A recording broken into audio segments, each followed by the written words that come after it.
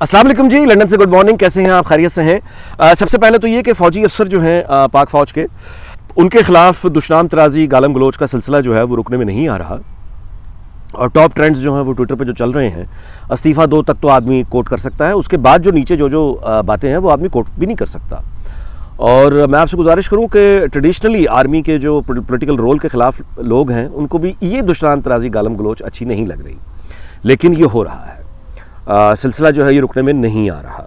अच्छा, अब ये जो पीटीआई है बेसिकली और इनके वो लोग ये काम कर रहे हैं, इनका जो ज़हनी शऊर है वो चूँकि अभी ताज़ा बनाया गया है और इन लोगों ने ही बनाया है, इस्टेब्लिशमेंट ने। तो जो शऊर जिसकी तरबियत इस्टेब्लिशमेंट ने की थी वो यही तरबियत उन्होंने की थी। फ़र्क सिर्फ ये है कि जो तालीम और तरबियत इनको देकर नवाज शरीफ पर छोड़ा था और आसिफ ज़रदारी पर छोड़ा था, वही तरबियत अब इनके ख़िलाफ़ हो रही है, इस्तेमाल यानी काम में आ रही है। Amazing, amazingly sad, amazingly pathetic, यानी इसे क्या कहें, ट्रेजेडी कहें, इसे कॉमेडी ऑफ एरर्स कहें, क्या कहें, हंसा जाए, रोया जाए, क्या कहा जाए। और हालत इनकी ये है कि अभी एक वीडियो ये सर्कुलेट हो रही है, झूठ, यानी आप अंदाज़ा लगाएं कि जनरल अहमद शुजा पाशा के नाम से एक आदमी की वीडियो है, वो उसके नाम अहमद शुजा पाशा के नाम से वो वायरल हुई है और लोग यूथी एक दूसरे को भेज रहे हैं, बाकी दुनिया को भी भेज रहे हैं कि ये देखें जी, ये तो जनरल अहमद शुजा पाशा क्या बात कर रहा है। अच्छा, उसकी वीडियो या वो जो बात कर रहा है वो मुझे भी एक शदीद यूथिया दोस्त है मेरा यहाँ पे, उसने मुझे व्हाट्सएप किया कि ये देखिए जी ये वीडियो और ये देखिए जनरल अहमद शुजा पाशा क्या कह रहा है। मैंने उसको गूगल पे गया उसी वक्त और मैंने जनरल अहमद शुजा पाशा की इमेजेस में तस्वीर लेकर उसका स्क्रीनशॉट लिया। स्क्रीनशॉट लेकर मैंने उसको वापस लिख कर भेज दिया कि अहमद शुजा पाशा ये है, ये कहकर मैंने उसे वापस भेज दिया। कैन यू बिलीव कि उसने मुझे क्या जवाब दिया? उसने वो तस्वीर देखी अहमद शुजा पाशा की और मुझे आगे नीचे एक लाइन में लिखा, what's the point, question mark.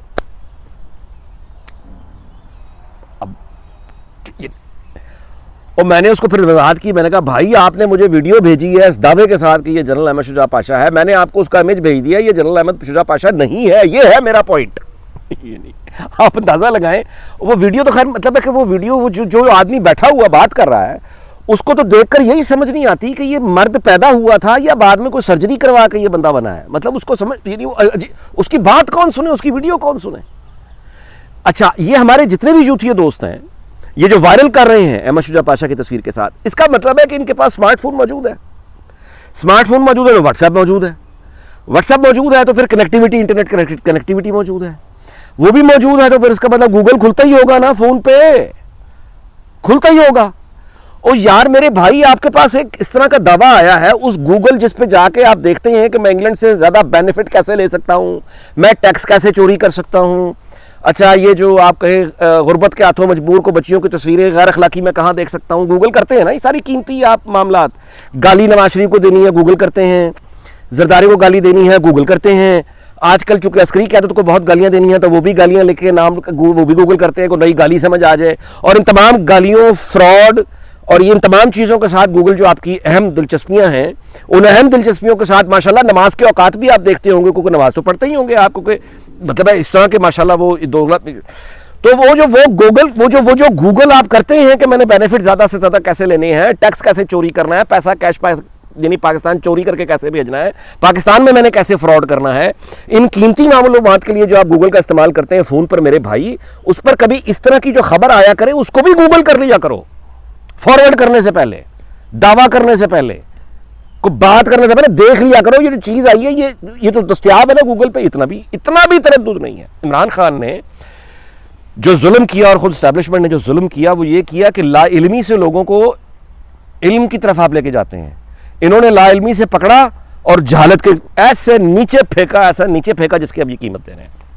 चलें जी, ये जाने इनकी औलादें जाने। अच्छा, ये बड़ा किसी ने अच्छा कमेंट किया बाय द वे कि ये जो अहमद शुजा पाशा तो पीटीआई तुम्हारे वालदैन में शामिल है, तो पीटीआई के जो वालदैन है, मतलब कतार है पूरी वालदैन की, उनमें जनरल हमीद गुल से शुरू कर लें, उसके बाद फिर वो ज़हीर इस्लाम हो, ये अहमद शुजा पाशा तो बहुत ही मतलब बुनियादी वालिद है, उसके बाद फिर बाकी आज के ये लोग हैं, कम से कम इनकी शक्लें तो पहचानो कि ये है बाप तुम्हारे, उसके बाद अगली बात करो। अच्छा जी, अफगानिस्तान पे मैं गुजारिश कुछ करना चाहता हूँ। अफगानिस्तान जो है ना जी, मैं ये कुछ दिन पहले वहाँ पे एक स्कैंडल आया वीडियो का, बड़ा ही अफसोसनाक।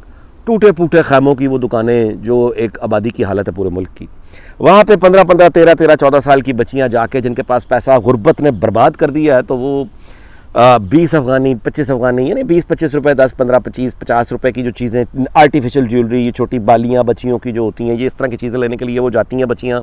और वो जो एक बदबख्त को दुकानदार उन बच्चियों के साथ वो ठरकबाजी, घटिया तरीन ठरकबाजी करता था। अच्छा, उसको ये इल्म नहीं था कि पीछे जो है वो उसकी रिकॉर्डिंग हो रही है। वो एक और किस्सा है, मैं उधर क्या जाऊँ। वो किसी ने खैर रखा हुआ था मोबाइल, वो रिकॉर्डिंग हो रही थी, दुकानदार को भी मालूम नहीं था। अच्छा, अब वो जो रिकॉर्डिंग होती गई, बाद में उस बंदे ने किस तरह से वो ऑनलाइन चली गई इंटरनेट पे। अब वो बच्चियां जिनके चेहरे नज़र नहीं आए वो तो बच गई। उनमें से एक बच्ची बेचारी, उस मासूम का, यानी 14-15 साल की बच्ची होगी, उसके चेहरे पे कायनात, तमाम कायनात की हसरतें और ख्वाहिशें मौजूद हैं, छोटी छोटी चीज़ों को देखते हुए। यानी वो देख रही है जिस तरह से उन छोटी छोटी बालियों को, छोटी छोटी चीज़ों को, उसके चेहरे पे हसरतों और ख्वाहिशों का एक, यानी वो है। उसके बाद ज़ाहिर है वो उस बच्ची के बारे, मतलब वो चेहरा आ गया, उसके भाई ने उसको मार दिया। अब उसकी लाश है, उसकी लाश की तस्वीरें वायरल हो रही हैं।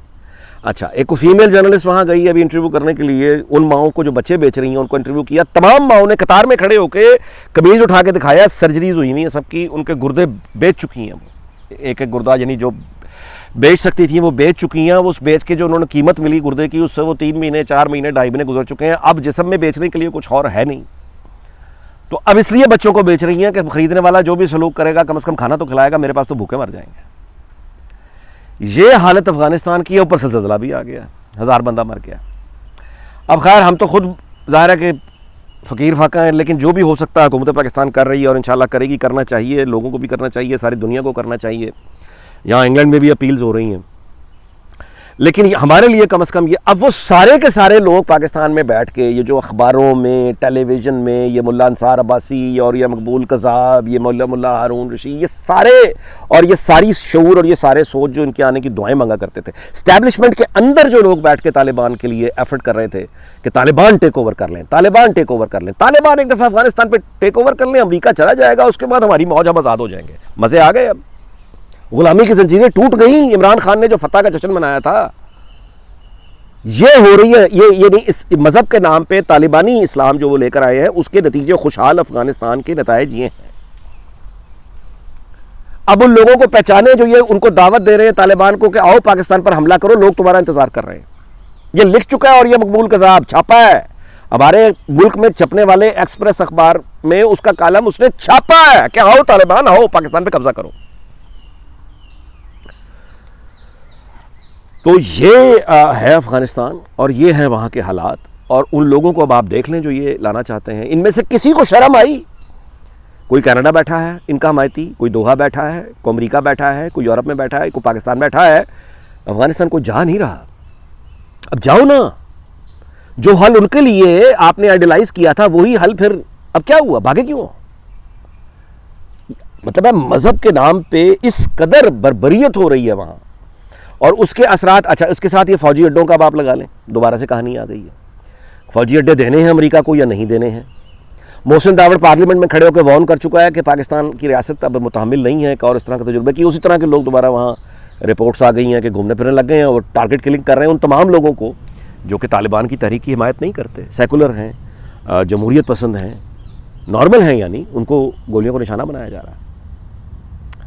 अली वज़ीर वो अस्पताल में मतलब बैठ के प्रेस कॉन्फ्रेंस कर रहा है, वो कह रहा है मुझे मेरी जान का खतरा है, मुझे जेल डाल दो, मुझे वापस जेल भेज दो, एमएनए है वो, या मुझे असम्बली के सेशन में जाने दो। नंगे पैर खड़ा प्रेस कॉन्फ्रेंस कर रहा है। यानी मुझे समझ नहीं आता कि ये लोग जो गालियां निकालते हैं, सीधी सीधी गालियां निकाल रहे हैं पीटीआई वाले, यहां पे कोई प्रॉब्लम नहीं होती। अली वज़ीर, मंजूर पश्तीन और ये मोहसिन दावड़, इन लोगों से बड़ी तकलीफ है जिन्होंने एक गाली आज तक नहीं दी। यानी वो लबो लहजा अख्तियार करने का सोचा भी नहीं जो पीटीआई कर रही है, लेकिन उन पे सख्तियां खत्म नहीं होती। और आखिरी खबर यह कि वापडा मुलाजमीन का पब्लिक अकाउंट्स कमेटी ने जो फैसला किया है जी इनके फ्री यूनिट बंद करने का, शायद आपको ये बात अजीब लगे लेकिन जुल्म है ये। वापडा के जो आला अफसरान हैं जिनके पैकेजेस, जिनके बड़े यानी जनरल मुजम्मिल वगैरह, वो भाई लाइन मैन और उसमें कोई फ़र्क डालो।